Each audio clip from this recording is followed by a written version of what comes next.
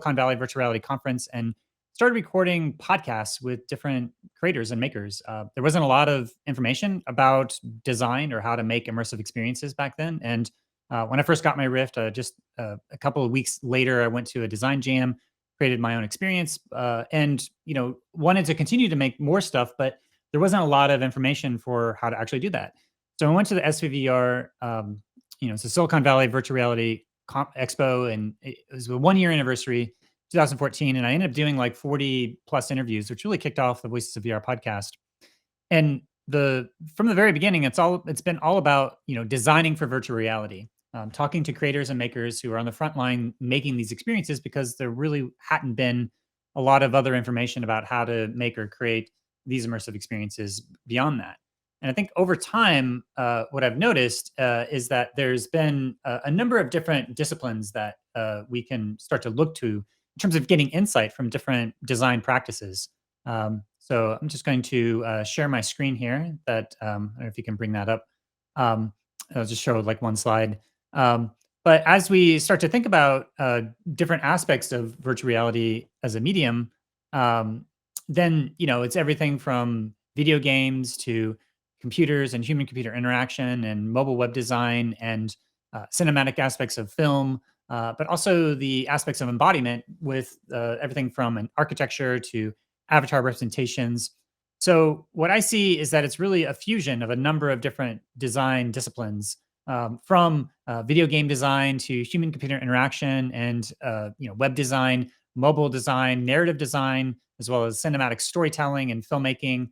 You have the practices of augmented and virtual reality, of course, as the new aspects of embodiment, but it's also pulling in aspects of theater and architecture, and industrial design, ergonomic design.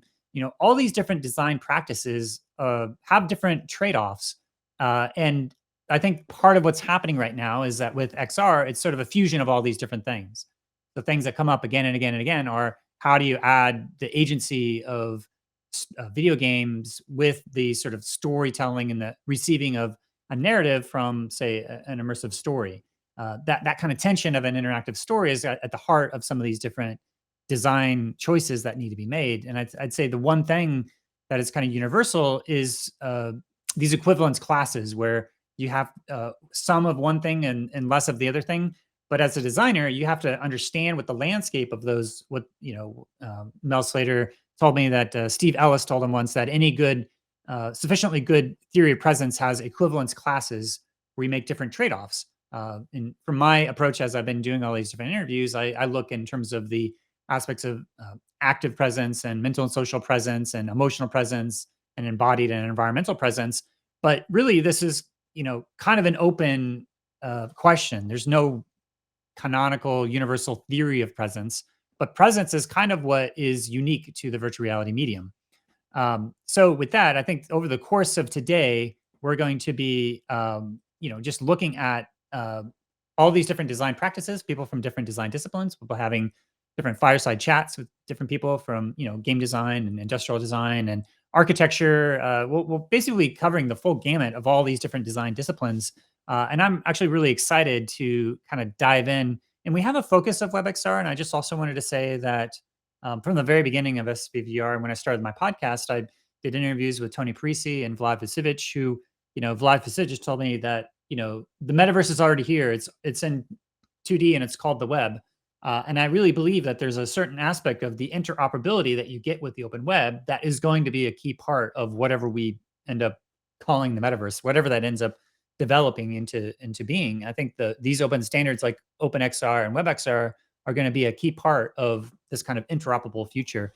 And so, we had the town hall, and one of the big messages that I think came out of that was that a lot of the design has been happening in Unity and Unreal Engine. So a lot of the sort of frontier cutting edge work that's happening out there has already been happening in those, I'd say, closed wall garden platforms, which have necessarily been non-backwards compatible. They break the compatibility because they need to stay on the bleeding edge. But I think it's stabilizing to the point where now that we start to have WebXR getting more stabilized, you can start to design and build something and deploy it and potentially have access to it 5, 10, 20, 30 years from now, which is something that you can't necessarily say within a Unity project. So depending on whatever you're doing, there may be some design practices that make way more sense for them to start building on WebXR, even though it's still developing and it hasn't been fully shipped in, say, Apple's Safari web browser. That's a thing that I think once that ships and it's going to be like a real green light. But in the meantime, I think there's plenty of opportunities, and with the Oculus browser, and for people to already have this closed loop of having a new technology. The new technology enables artists to be able to make new things, and then there's the distribution platform aspect of getting those creations into the hands of the audience, and then there's the audience to actually receive and see that. So there's this closed feedback loop between the technology, what's made possible with the artists that are making the content, with the distribution platform and all the economics around making it viable for people to actually make stuff, and then the audiences to receive that. And then once you have all that, then you start to have a full-fledged communication medium that is going to continue to iterate and evolve and develop. So I think with that, I'm going to invite on Julie Smithson to be able to introduce herself, and to also she's going to be my co-host throughout the course of today. And so, yeah, just pass it over to Julie, and you just want to say a few words, introduce yourself, and kind of the intention that you have for today. Sure. Good morning, everyone. Thanks, Kent. My name is Julie Smithson, and I am the co-founder of Metaverse, the 3D creation platform built to deploy experiences on the web. And that's my interest here, is to discover and learn more about the processes, and share some of my knowledge as I'm building out mobile first experiences for the web. And I'll be speaking later this evening, about 6:30, 7 o'clock, on designing for the bigger picture, starting with mobile and then moving into more immersive experiences. And